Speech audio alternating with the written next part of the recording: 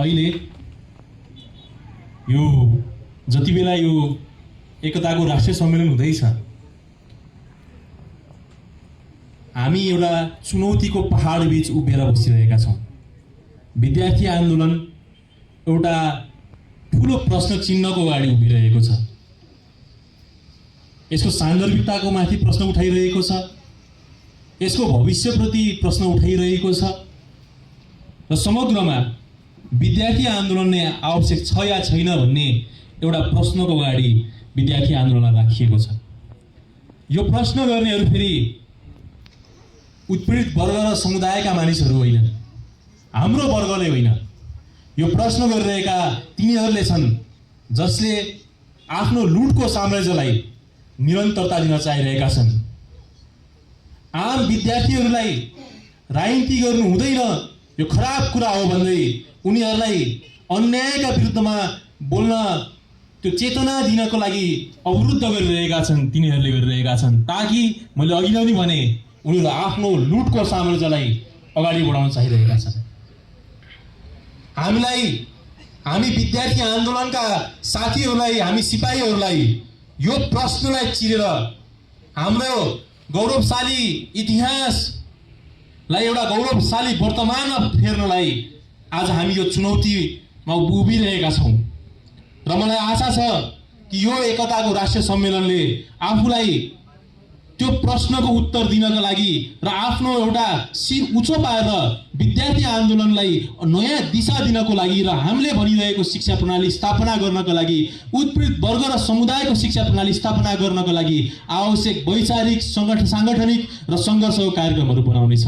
र यो कार्यक्रम बनाउनको लागि म यो सम्मेलनलाई शुभकामना दिन चाहन्छु।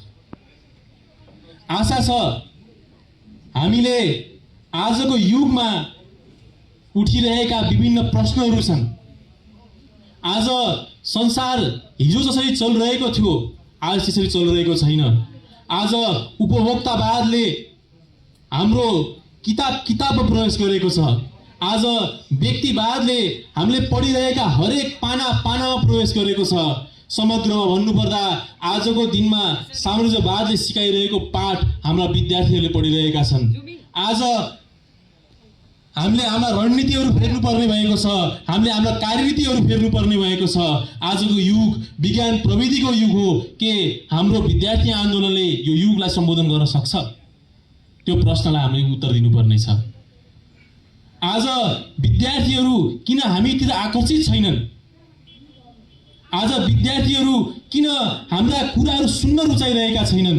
त्यो प्रश्नको उत्तर दिनुपर्ने छ। समीक्षा आफूभित्र पनि गर्नुपर्ने छ।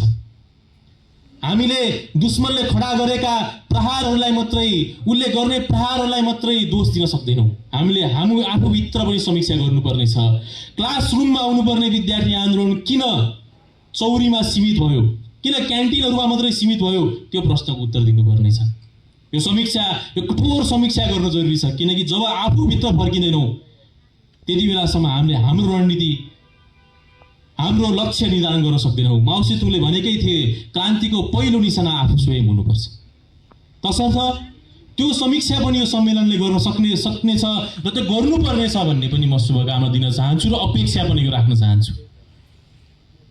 अहिले यो विषम परिस्थितिमा साथीहरूले भनिसक्नु भएको छ, आज एउटा कथित चुनावको नाममा, मताधिकारको नाममा जनतालाई झुक्क्याउने काम भइरहेको छ।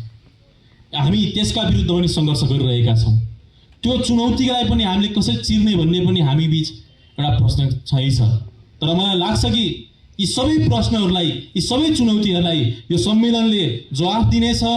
हाम्रो मित्र सङ्गठन अखिल क्रान्तिकारीले आफूलाई र हामी सबैको आन्दोलनलाई एउटा नयाँ गुणात्मक फड्कोमा लैजाने नीतिहरू यहाँ तय गर्नेछ भन्ने मलाई विश्वास छ र त्यसको फेरि पनि शुभकामना दिँदै म यहाँबाट बिदा हुन चाहन्छु। धन्यवाद, अभिवादन।